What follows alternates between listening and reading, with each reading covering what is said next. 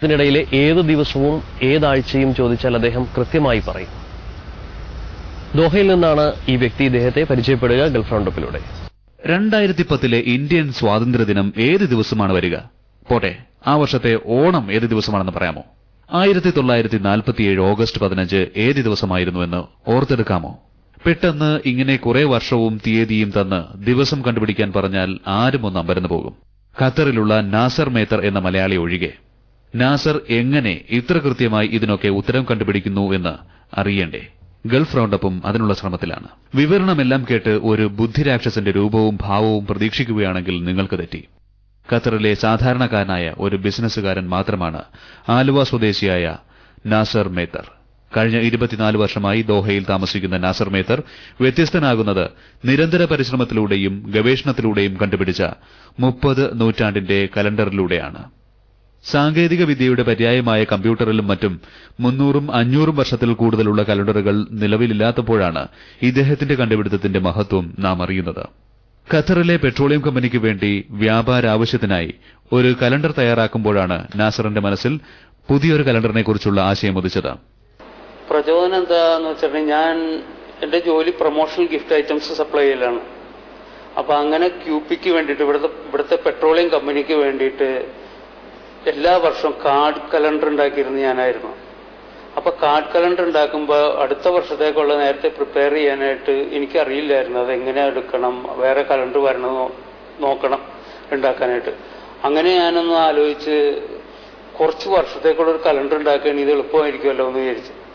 അങ്ങനെ ഞാനെന്ന് വെച്ചിട്ടുണ്ടെങ്കിൽ ഇരുന്ന് കുറേ അതിനെപ്പറ്റിയൊക്കെ കുറേ ചിന്തിച്ച് കുറച്ച് വർഷങ്ങൾ, ഒരു 75 വർഷത്തെ ഞാൻ ആദ്യം കൊണ്ട് ഉണ്ടാക്കി. ഇതൊരു ചെക്ക് ചെയ്തത് കൃത്യമാണെന്ന് ചെക്ക് ചെയ്തപ്പോൾ വളരെ കൃത്യം, 100% അത് കൃത്യമായിട്ട് അനുഭവപ്പെട്ടു. അങ്ങനെ ഞാൻ എൻ്റെ കുറച്ച് കൂട്ടുകാരെല്ലാം കാണിച്ചതോടുകൂടി അവർ പറഞ്ഞു കുറച്ച് വർഷത്തേക്ക് അങ്ങനെ ഉണ്ടാക്കിക്കൂടെന്ന് ചോദിച്ചു. അങ്ങനെ എനിക്കത് കൂടുതൽ ഇൻട്രസ്റ്റ് ആയി. ഞാൻ അങ്ങനെ കുറേ വർഷത്തെ അങ്ങനെ ഉണ്ടാക്കി. അത് ഞാൻ ഇവിടെ ചെന്ന് അതിൻ്റെ കോപ്പിറൈറ്റിന് വേണ്ടിയിട്ട് ചെന്ന് അതിന്റെ കോപ്പിറൈറ്റ് എല്ലാം കിട്ടി. അങ്ങനെയാണ് ഇതിന്റെ തുടക്കം. നിരവധി തവണ പരാജയങ്ങൾ ഏറ്റുവാങ്ങിയെങ്കിലും പരാജയം വിജയത്തിലേക്കുള്ള ചവിട്ടുപടിയാണെന്ന ആപ്തവാക്യം നാസറിൽ ശുഭാപ്തിയുണർത്തി. ഒടുവിൽ 1 വർഷത്തെ കഠിനാധ്വാനവും ഭാവനയും കൊണ്ടാണ് 25,000 വർഷത്തെ കലണ്ടർ പൂർത്തിയായത്. ആദ്യത്തെ ഞാൻ വളരെ ബുദ്ധിമുട്ടി ഇരുന്ന്, പിന്നെ അത് മാത്രമല്ല ഒരു തെറ്റതിൽ കടന്നുകൂടി കഴിഞ്ഞെങ്കിൽ ആ ഒരു ദിവസം മുഴുവൻ എന്റെ അധ്വാനം വെറുതെ. ആ ഒരെണ്ണം തെറ്റിക്കഴിഞ്ഞാൽ അതിന്റെ കണ്ടിന്യൂഷൻ മുഴുവൻ തെറ്റായിരിക്കും. അപ്പൊ ഞാനൊരു ദിവസം ഉണ്ടായി കഴിഞ്ഞ് പിറ്റേ ദിവസം അത് ചെക്ക് ചെയ്ത് നോക്കും. രാത്രിയാണ്, പാതിരാക്കാണ് ഇരുന്ന് ഇതിന്റെ പണിയൊക്കെ ചെയ്തിരുന്നത്.